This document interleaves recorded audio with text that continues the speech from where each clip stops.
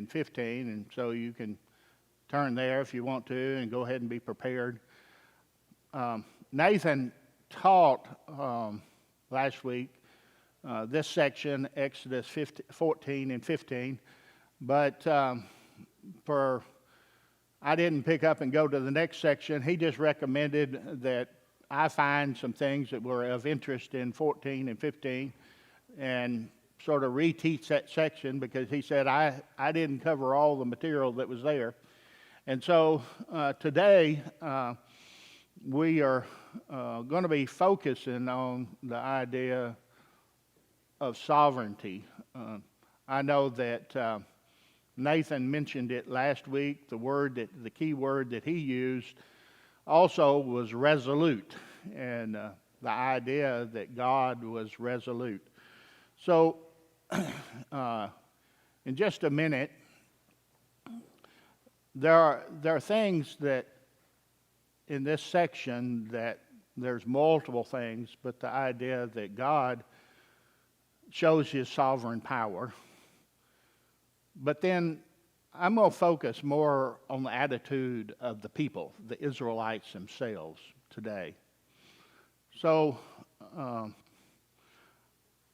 I wrote a prayer that I want to start the class out with, and so if you'll go with me in prayer, I'll say that prayer. Lord, please grant me the ability to smile more than I frown throughout the day. Say encouraging words to those around me. Have more loving thoughts than self-defeating thoughts. See the good in the day and overcome any challenges that come my way. Feel strong knowing that you are at my side, guiding me and protecting me. Forgive as you forgave me. Find peace even when life is impossible and sad. May I practice love, patience, and courage. May truth, not grumbling, always be on my lips, and your love in my heart. In Jesus' name, amen. The reason I chose the prayer and worded it with lots of words of hope and a focus that is positive and uplifting. Let us turn to, just go ahead and get to Exodus 14. And I want to read just a few verses here. I want to read the first 14 verses. Then the Lord said to Moses, "Tell the Israelites to turn back and encamp near Pharaohs, between Migdal and the sea." They were to encamp by the sea, directly opposed to Baal-zephon. Pharaoh will think the Israelites are wandering around in the land in confusion, hemmed in by the sea. I will harden Pharaoh's heart, and I will pursue them, but I will gain glory for myself through Pharaoh and all his army, and the Egyptians will know that I am the Lord God. So the Israelites did this. When the king of Egypt was told that the people had fled, Pharaoh and his officials changed their minds about them and said, "What have we done? We have let the Israelites go, and we have lost our services." So he had his chariots made ready and took an army with him. He took 600 of the best chariots along with all the other chariots of Egypt, with officers over all of them. The Lord hardened the heart of Pharaoh, the king of Egypt, so that he pursued the Israelites who were marching out boldly. The Egyptians and all of Pharaoh's horses and chariots and horsemen and troops pursued the Israelites and overtook them as they camped by the sea near Pharaohs, opposite Baal-zephon. As Pharaoh approached, the Israelites looked up, and there the Egyptians marching after them. They were terrified and cried out to the Lord. They said to Moses, Was this because there were no graves in Egypt that you brought us into the desert to die? What have you done to us by bringing us out of Egypt? Didn't we say to you in Egypt, leave us alone, let us serve the Egyptians? It would have been better for us to serve the Egyptians than to die in the desert. Moses answered the people, don't be afraid. Stand firm, and you will see the deliverance of the Lord will bring to you today. The Egyptians you see today, you will never see again. The Lord will fight for you. You only need to be still. Last week, Nathan was emphasizing the word still. The idea that, be still, because the idea that God is resolute, that God is firm in what he says. It's supposed to change. There we go. But to start out the story today, God had actually backed them in a corner. He told them, he sent them out into the desert, and then they turned around and came back to a place that was actually a corner. That was, they were cornered. Military strategy, that was the worst strategy you could ever come up with. You go and put yourself where there's a sea that you can't cross. You got there's 600,000 men, so if you said there are probably 2 million people that can't cross the sea. So God militarily trapped them, because now here all Pharaoh did was have to come up there and he's got all this powerful, army behind him. But you think about the Israelites, they were slaves in Egypt. How many of them really had military training, military weapons? They're really just a group of people that are trying to, much like the refugees in a lot of countries, they're picking up their belongings and trying to go to a safe place where there is no war. So why would a God choose to put people in an awkward situation like that?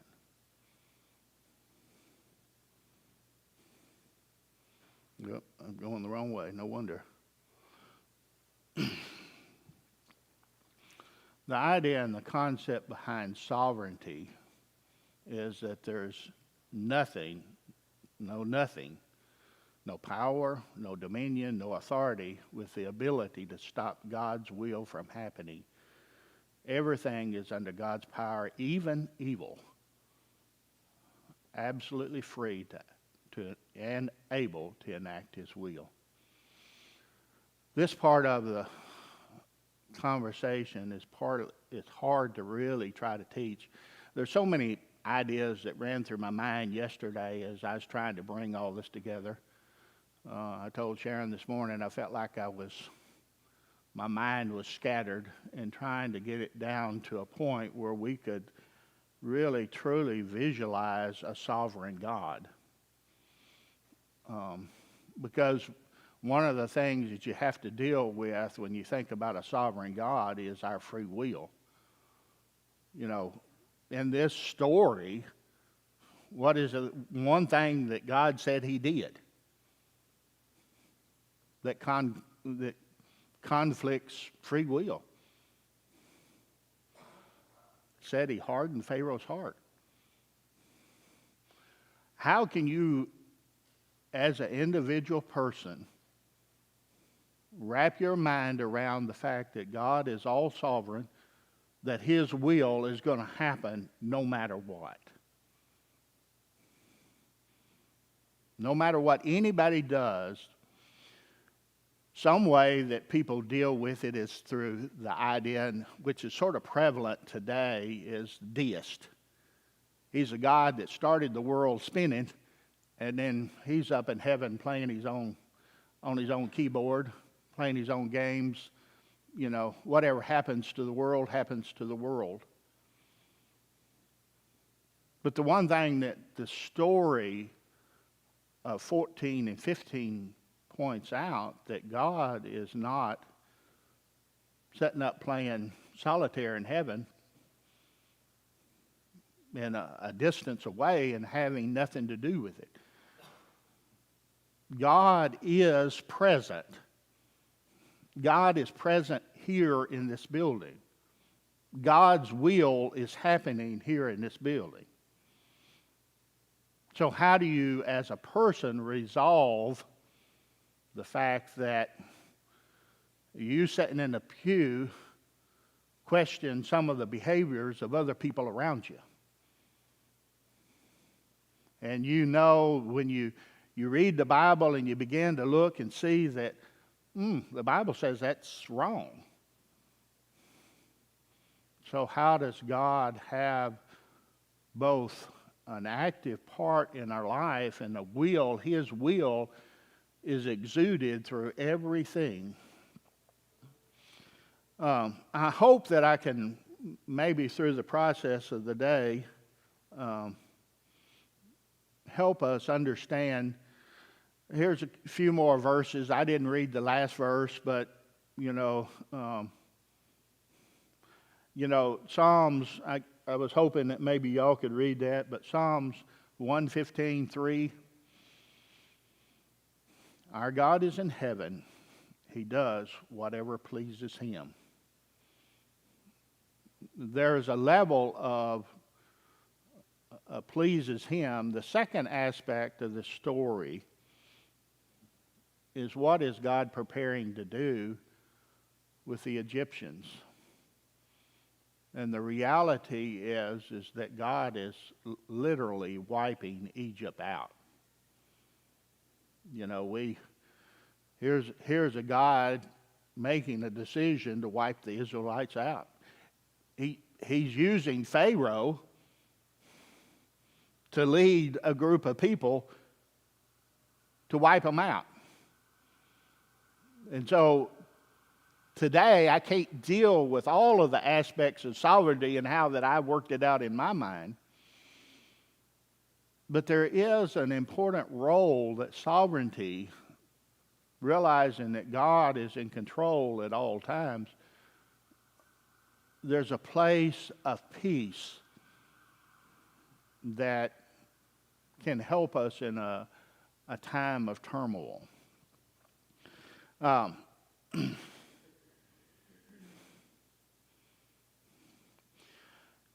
When you read the Old Testament story, there's a lot of time throughout Israel's history that God purposely, willfully put Israel in a place where they didn't have the experience or the talent to deal with. Why would a God put people in a place where they don't have the talent and ability to do that, to handle the situation? You think about stories like Gideon. This man was hiding, thrashing wheat in a pit so he can't be seen, so that the raiders can't steal his food. And when God approaches Gideon, what does he say about himself? Why are you asking me to lead? Because I'm come from the least family, the least tribe, the least family, and I'm the least. He's describing himself. He said, I'm not the one, Lord. Go find somebody else. Why are you calling on me to deal with this kind of situation? And what does he do? It's not that he had Gideon, go through military training so that he could attack this war. He just asked him to show up and do what he told him to do. And what was he told to do? He was told to show up, take lanterns with 300 other people, and break them and shout with horns. what happened? The world was defeated. That they were defeated because God was there and present. The hard part, last week is the word stillness or still. Be still.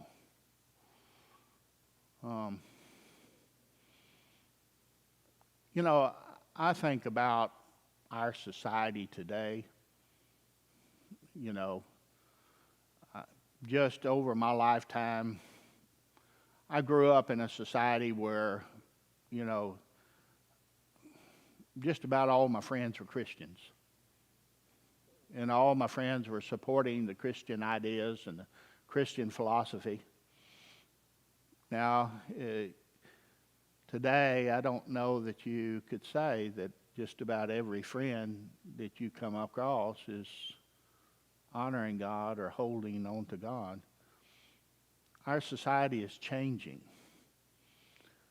Back years ago, when I was a young kid, our government, if our government had a problem, the Congress, trying to figure out things, there was always pressure to vote Republican. There was always pressure to vote Democrat.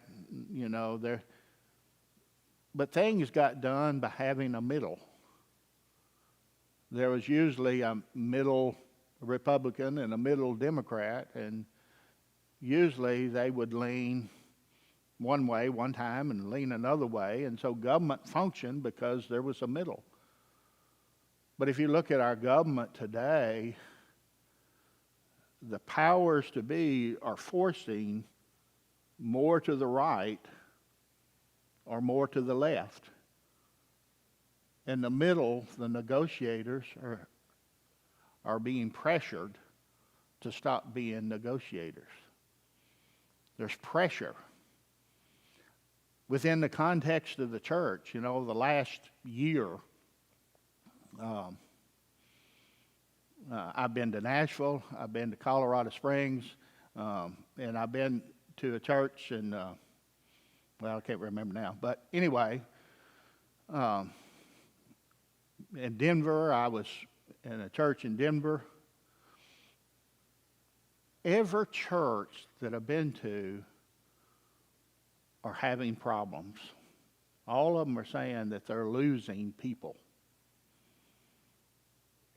Our society is dealing with turmoil, just terrible, awful. And we as Christians, our solution is to walk away rather than stand firm with God. Now, trying to explain all of this and the difficulties and reasons those divides are occurring are all varied reasons, and everybody that has their opinion is absolutely sure that they've got the Bible in their hand, acting according to the Bible. And they'll tell you, they can prove it, they can show you. But the end result is the divide is just getting further and further and further. There is no middle world. So how does the story of Exodus apply? We know that the Red Sea is a true story. Today, years ago, I got some pictures. Somebody had sent me pictures of where they'd seen chariot horses, chariot wheels, and all of that in the bottom of the Red Sea. There's still controversy over whether that's really the crossing of the Red Sea, but the idea that in the bottom of the Red Sea there was chariot wheels and some with axles broken, a story that is true. We know that this is a story that's true, that people who were powerless were gathered by God to be a community to go to the place that He showed them.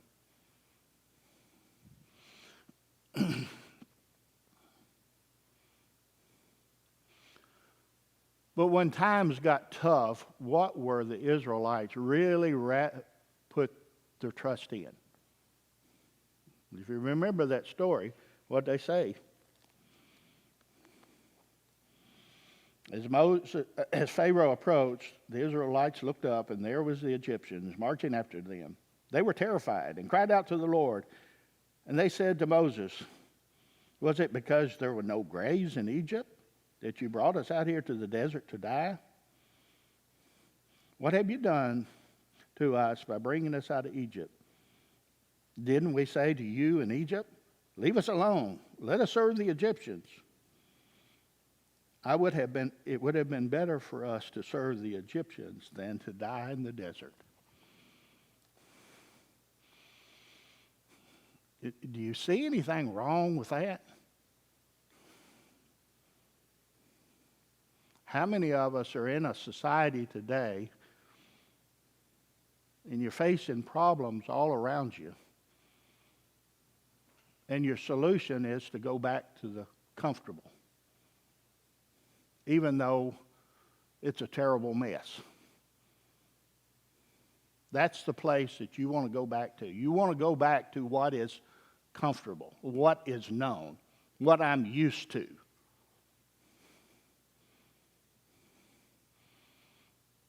You know, I've often wondered, I don't have a thing, why did COVID happen, you know? If God's sovereign will is powerful, why did COVID happen? It's not just Oxford, Mississippi that it happened. It's not just Mississippi. It's not just the United States. It's all over the world. Why did it happen? If God's sovereign power is there,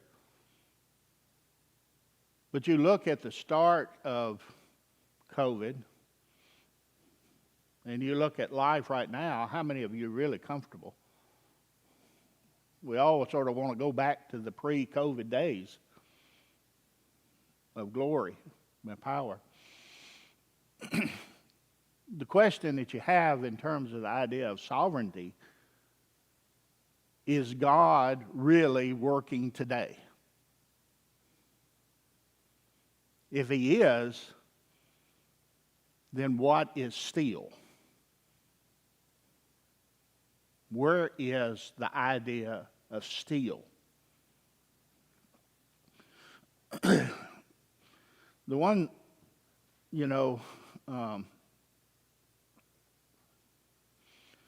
guess the thing that I think that the word still is about is that, you know, the Lord will fight for you. You need only to be still.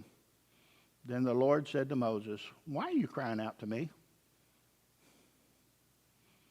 Tell the Israelites to move on. Raise your staff, stretch out your hand over the sea to divide the water so that the Israelites can go through the sea and on dry ground. I will harden the hearts of the Egyptians so that they will go in after them, and I will gain glory through Pharaoh and his army, and through his chariots and his horsemen. And the Egyptians will know that I am the Lord when I gain glory through Pharaoh and his chariots and his horsemen." So do you think the word still means just sit down?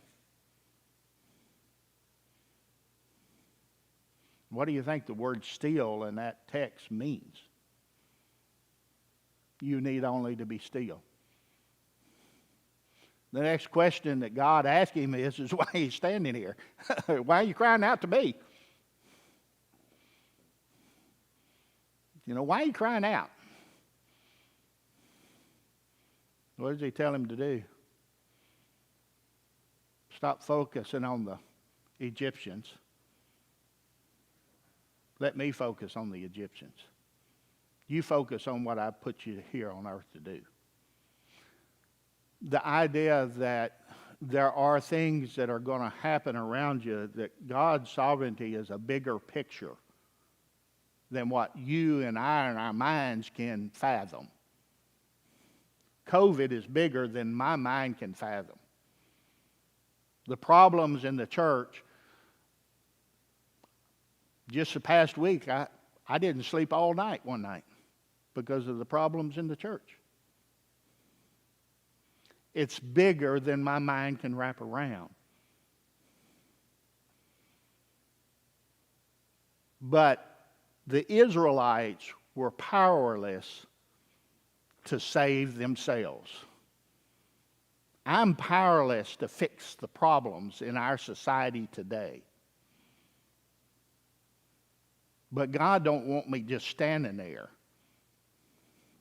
and wallowing in the misery of it.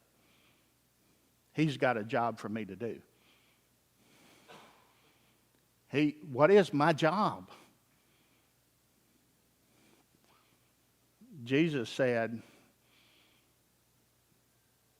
that the sum of the Old Testament, the sum of the law is what? Love God with all your heart, strength, and mind, and to love your neighbor as yourself. That's my job. There are people that I would really like to write off of this world. Somehow take them out of the power that they're in and put somebody else in there. But that's not my job. My job is to love that person. Now, loving that person doesn't mean that I'm just wrapping my arms and accepting everything they have to say or everything they have to do. My job in loving them may be telling them, if you keep acting like that, your life is going to turn out terrible. If you keep acting like that, God is going to be displeased. If you keep acting like that, your marriage is going to fall apart. If you keep acting like that, your children are going to hate you. If you keep acting like that, you're going to lose your job. But I'm doing it with love, not hate, not vengeance. But I'm loving the people around me. He's got a task. He told them, I said, well, get busy. Raise your arm. Raise your strap. Stretch out your arm over the sea. Divide the water. That's my task for you. Oops. Went a little too far. Understanding the idea that God is a sovereign God really has a lot of impact on our lives, and it has an impact on the focus of our thinking. If you've ever been to AA meetings, I will tell anybody, if you ever want to learn something, study the AA material. Because the AA material teaches you how to close out a day and start a new day. Because a lot of the reasons that they're dealing with the alcoholism and the problems and all of that is because of the hurts of the day and the hurts of the past are honing their lives and their thinking to the point that they have negative thoughts. And the only thing that can stop those negative thoughts is the addiction that they have, or they can suppress it for a little while. They don't stop it, it just suppresses it. But in God, you learn how to change from negative thinking to positive thinking. Because of the sovereignty of God, you realize that God is there working in this situation. All I have to do is trust Him, that He's got the Egyptians. He's got my Egyptians. He's taking care of them. I don't have to take care of the Egyptians. All I have to do is keep focusing on serving God. God as a sovereign one means that our true source of protection and solace is Him, for nothing can stand against Him. It means that we can let go of things that would hold us captive, our thoughts, our passions, our desires, simply focusing on the task that we have given. Our society right now is such a turmoil. Just listen, get on Facebook. I got off Facebook because most people use it to promote negative thinking. They promote grumbling and griping. They don't promote positive thoughts and positive solutions.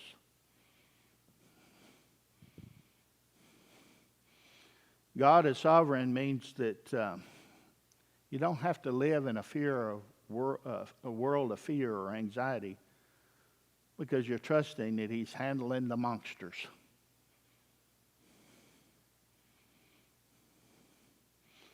It means you give up control and take on humility. You stop grumbling and start being a resolute strength for God. There's nothing that can deter you from loving the people around you, because that's God's command. That's what Jesus said too. Jesus said, you know what the law was for? The sum of it is what? What was it for? Love God with all your strength, might, soul. I get mixed up, but love your neighbors yourself. The whole thing was for love. That's all it was. That's what it's for.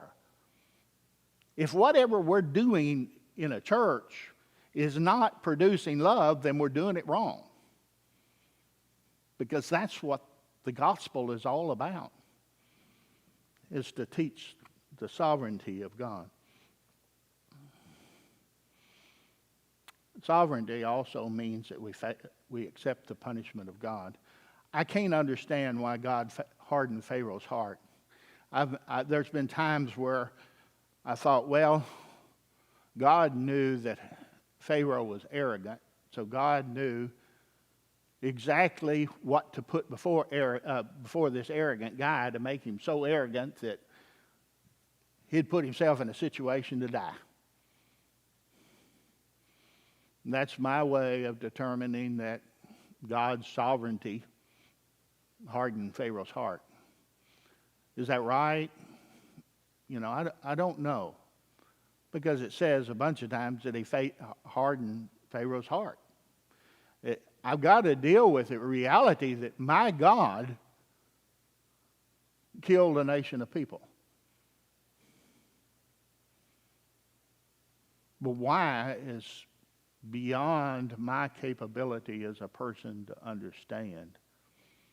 But it is within my power to accept, to trust, to believe.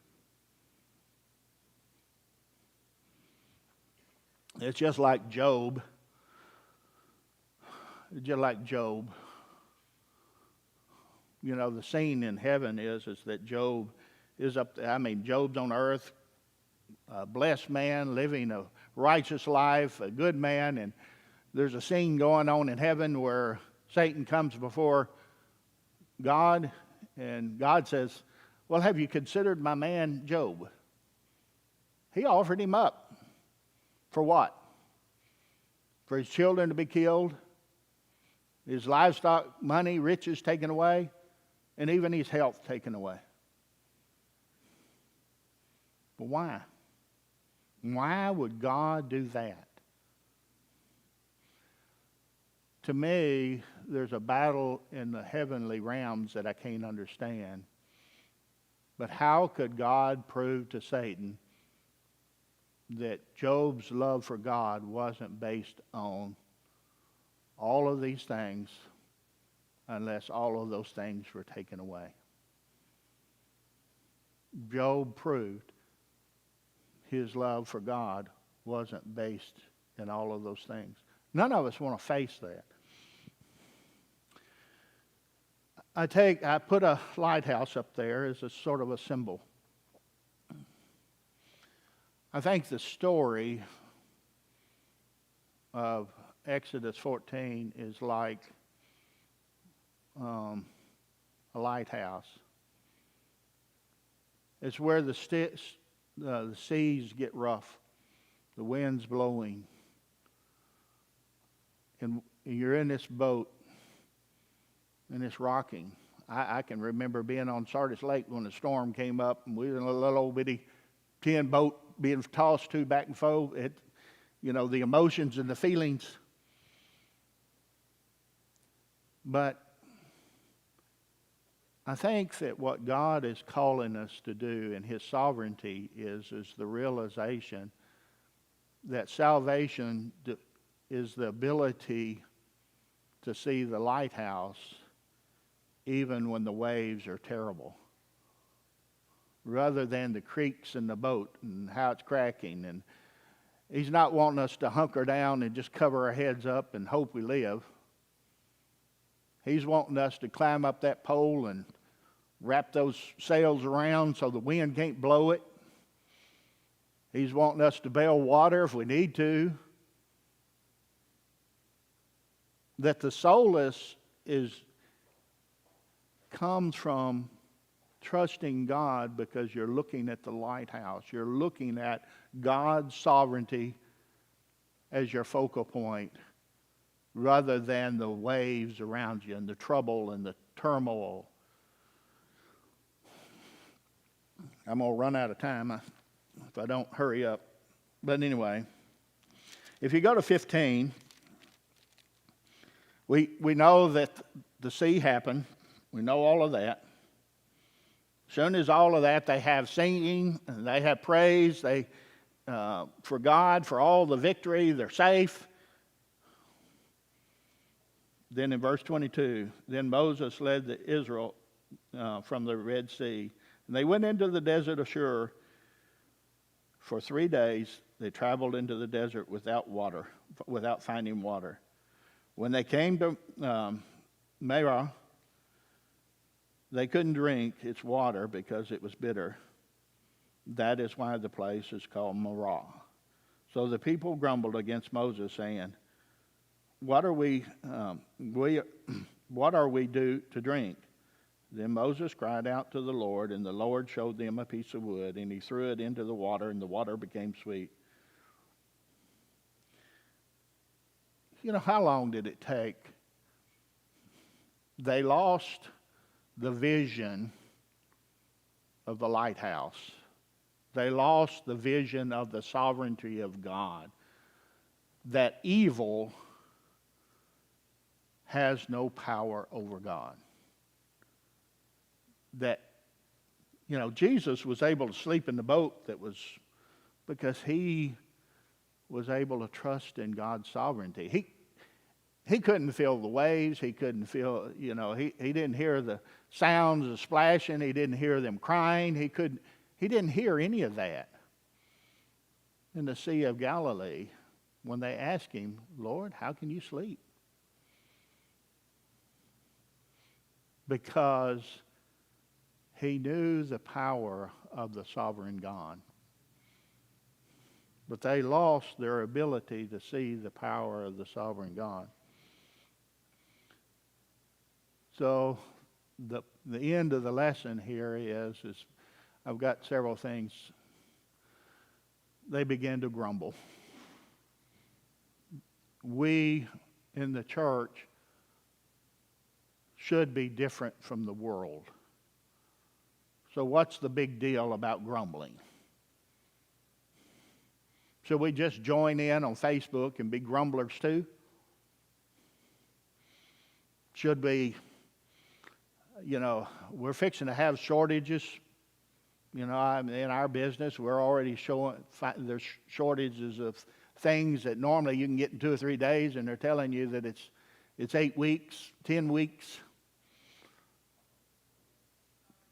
We're going to have the opportunity to grumble. We already do. Church has already changed. Nashville, Colorado Springs, Denver, they've all changed. We've got an opportunity to grumble. You got to realize that grumbling is offense to God and man.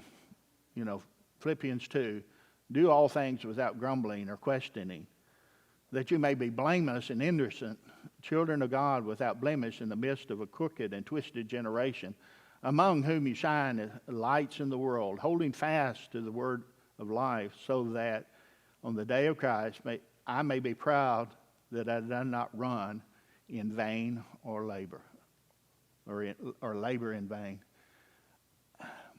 The church just don't know this. Today, literally, we do not know how to live by that. We want to figure out every reason to despise, to hate, to grumble, to divide. You know, these are God's commands. Do not grumble against one another, brothers, so that you may not be judged. Judged, do you hear that word? Judged. You're being judged right or wrong by your grumbling. The judge is standing at the door. Show hospitality to one another without grumbling. The Israelites were out of water. It was inconvenient. They had a right, a reason to grumble. I'll have to see what time it is. My watch switch. Okay, I got 2 minutes. Grumbling is wickedness. It's in the same list as sexual immorality. Because he considered what they did in the wilderness as wickedness.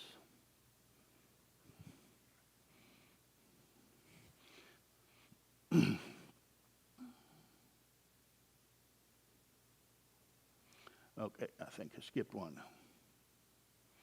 The idea that we don't think that we're being rebellious when we grumble, but grumbling is also a rebellion. In the wilderness, when you read there, and you'll see some more, that when they grumbled against Moses, how did God see it? You ever thought about that? If you're grumbling about the person sitting next to you, how's God see it? Does he see it as you grumbling against that person, or does God see you grumbling against him? Most of the time, we don't think about that other level.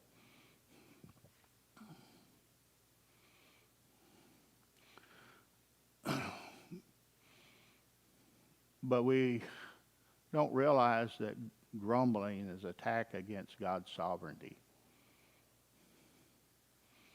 We lost the ability to see God as the lighthouse, the Savior of the world.